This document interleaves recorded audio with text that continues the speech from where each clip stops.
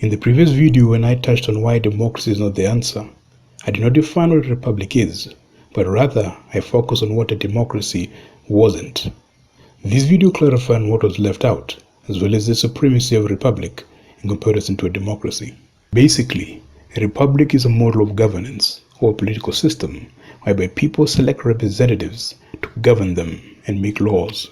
A constitutional republic would be a republic governed by the Constitution, whereby the Constitution is supreme. A perfect illustration of a constitutional republic is found nowhere else than the Bible. That may be hard to believe, as most people believe that God in the Bible advocates and teaches for a monarchy, father to son type of rule, but in reality, that is false. In Deuteronomy chapter 1, we find God's model of governance.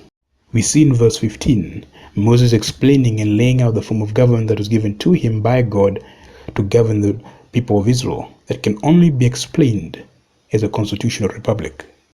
Deuteronomy 1:15.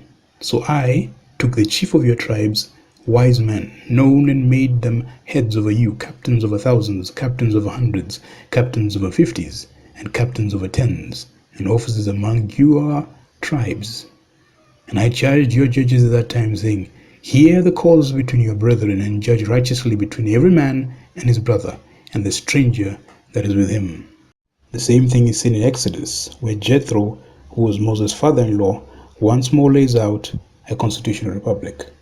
Exodus 18:21. Moreover, thou shalt provide out of all the people able men, such as fear God, men of truth, hating covetousness, and place such over them to be rulers of thousands, and rulers of hundreds, rulers of fifties, and rulers of tens.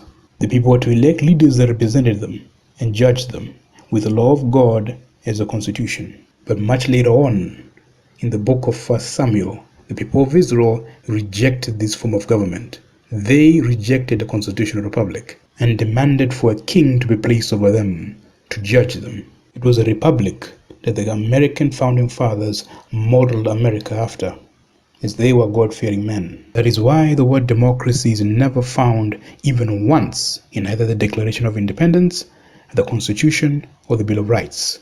None of these founding documents do you find the word democracy.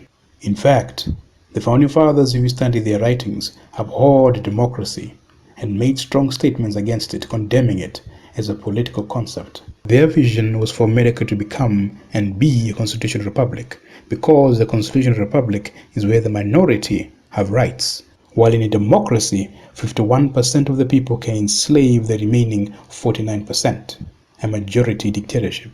The problem with the majority rule is that typically the majority are always wrong. In a republic, the 1% are protected from the 99%.